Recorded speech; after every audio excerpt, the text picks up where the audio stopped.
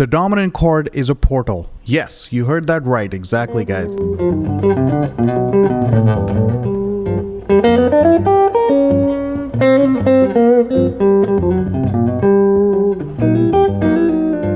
My name is Pritesh Wali and I'm here back again with another jazz guitar lesson. I want to talk about dominant chords. I think as jazz players, we are obsessed with dominant chords. Why is that so? Well, dominant chords act like a portal. Basically, we can play almost anything on a dominant chord. The reason for that is this tritone. This tritone creates this tension, which helps us resolve. Beautiful sound. I love it too. Now, there's a reason I want to bring some light to this. When you're playing on a dominant chord, there are variations of different tensions that you can use. It's very important to know what those tensions are and what they bring. One thing that you can always do, let's take G7. G7 is the 5 chord in the key of C major. You know?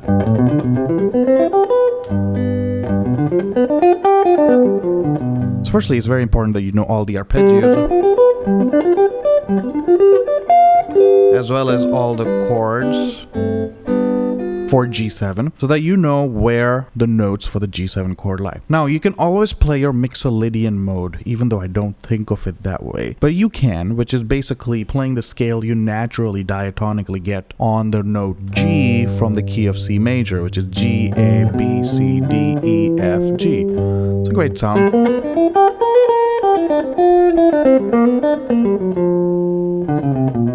As you can see, I don't really use the scale by itself. I put the flat third in it too to get a little bit of a bluesier sound.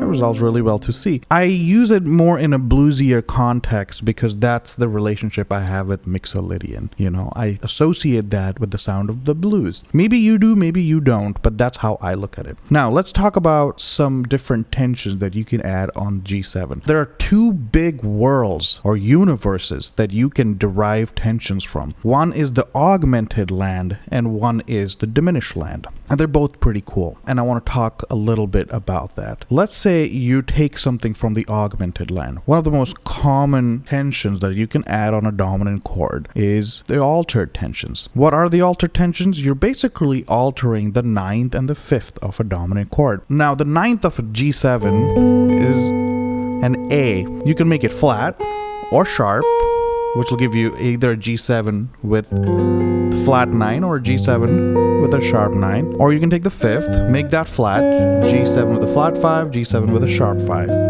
They're all really cool sounds. Now, if you combine all of these notes, you basically get almost a D flat major pentatonic.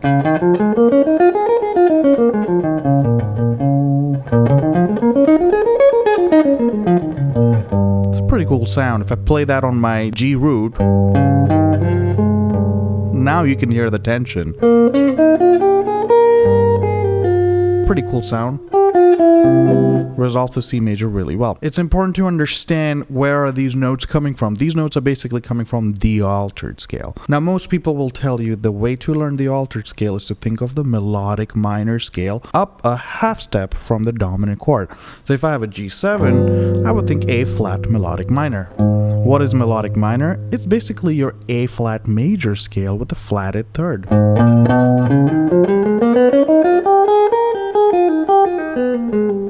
Now, even though that is correct, it's like almost saying like, think of your C major as B Locrian or think of your B Locrian as F Lydian. Yes, there is some relationship to that, but I would not want anyone to be learning sounds of melodic minor that way. That's a good hack to make it easier for your brain to understand, but the best way is to think of it from G because you want to be able to hear these notes. So in order to do that, in relation to G, first play all of these tensions that you get. If you play that A flat melodic minor on G, technically G altered scale, what do you get? You get 1, flat 9, sharp 9, major third, sharp 4 or flat 5, sharp 5 or flat 6, flat 13, flat 7, and root. You get this moment of this half a whole tone scale within it, which will probably give it to you that this comes melodic minor or the altered scale is more in the augmented land of things. Really love that sound.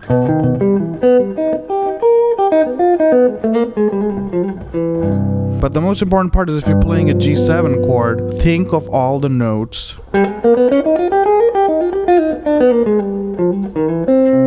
from G, not from A flat, because you're not playing A flat melodic minor, you're playing the G altered scale. Now that is something that you can do, which will give you some really colorful tensions. Now the other thing that you can play on a G7 chord is the diminished scale. The best name for that is the dominant diminished scale. It's a half whole diminished scale. What does that mean? That means that each note is a half whole, half step and whole step, half step and whole step, and that's what makes the full scale. Classical musicians like to call this the octatonic scale. Why? Because it has 8 notes than your traditional 7-note scale. It's pretty cool. I have seen a few musicians use it this way on the guitar, where they play first 3 notes, go up a half step, repeat the same process on the next string set. I think it's cool, but not really applicable on the instrument. The best way to look at this scale is to look at it this way, going down. That's the best way, and it's not that friendly on the fingers because you go 3 notes, 3 notes, 3 notes plus 1, so you have 4 notes on this string. I'm sure you guys have heard the Coltrane lick. People like to use that quite a bit. Now this scale itself is a universe. You can do a lot from it. You can build a major triad and move it up a minor third, up a minor third, up a minor third, or do that.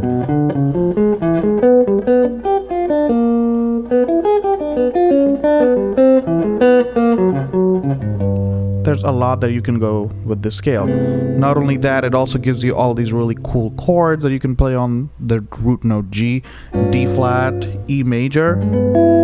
You know, all of these really hip sounding. Not only that, they can also all be minor. G minor, C sharp minor, B flat minor, E minor. All of these are really cool sounds. You can derive it from major or you can derive it from minor. It's pretty cool. Which gives you licks like these.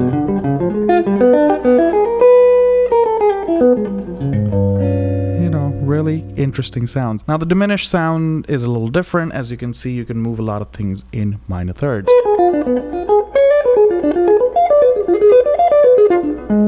I'm sure you've heard of that, but you also get some very other interesting sounds, like you can get a diminished major from the flat 2 degree. Really cool sound. It's basically a diminished triad with a major 7. You get these very cool movable structures. The diminished scale by itself is a monster. Now, it's important to learn the scale going down this way rather than going this way. It's a common misuse of the scale. Most people know how to play it but not use it. The third scale that you can use is also coming from the Augmented Land, which is the whole tone scale. I find this scale to be a little humorous. It's a nice sound. However, I do feel like it has a circus vibe to it, you know? It has a very interesting...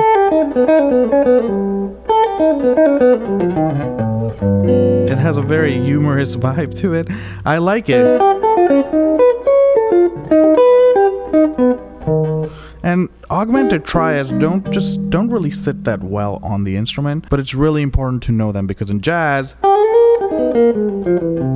it's a very vital part of our vocabulary. Now, you can play the scale in many different ways. You can go up. The cool thing about the scale is that you can find augmented arpeggios and move them in whole steps, or you can move them in major thirds. They're really up to you how you want to use it. Gypsy players love doing that kind of sound. It's really nice. I am not the biggest fan of it. I feel like it feels a little funny, but there are times for it. I have heard Stevie Wonder use it in his music, and some jazz musicians are really good at using it, like this.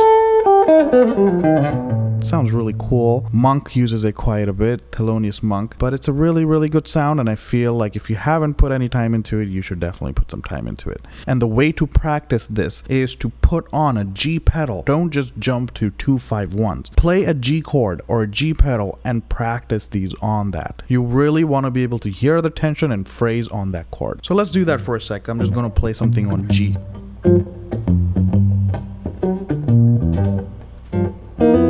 It's a little bit of Mixolydian sound with the flat third.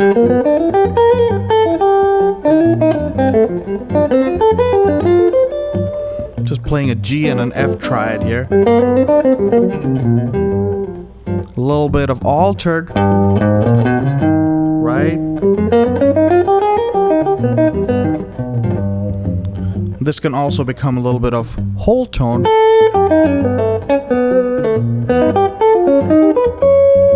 A little finicky, a little humorous, you know. You can use this as much as you want.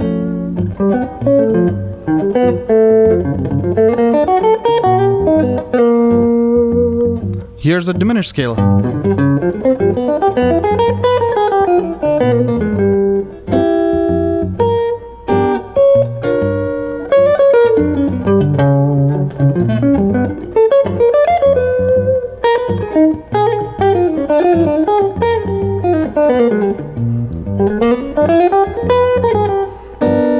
You can make chords, move it up in minor thirds.